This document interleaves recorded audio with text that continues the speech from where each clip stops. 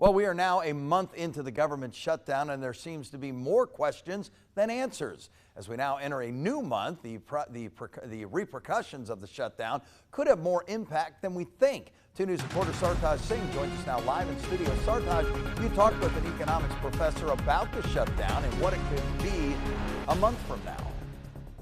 Jack, that's right. The professor that I talked with from Cedarville University says that now that we're entering a new month, it means a whole new category of impacts. The short-term economic impact showing some concerning numbers.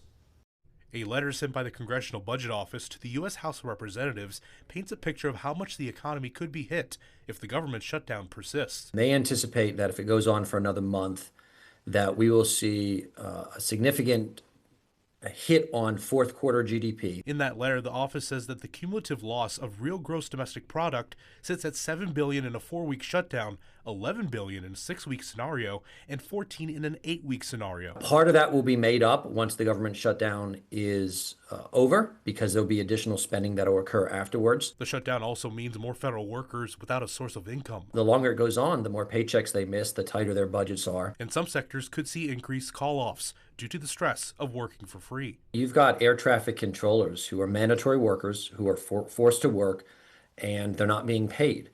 I don't care who you are, the longer you are asked to work without being paid, the more burnout there is. And SNAP benefits are scheduled to end tomorrow as of the time of this story.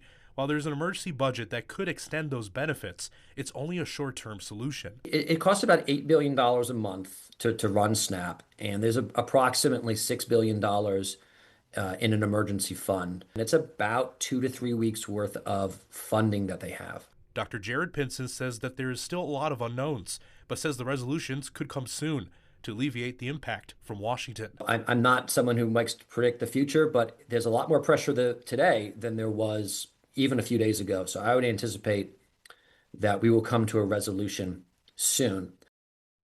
Now, earlier today, I was able to go out and talk with residents off camera about their opinions on the government shutdown, and they all voiced frustration and a hope to end this, saying that they are worried that even more impact will be felt locally.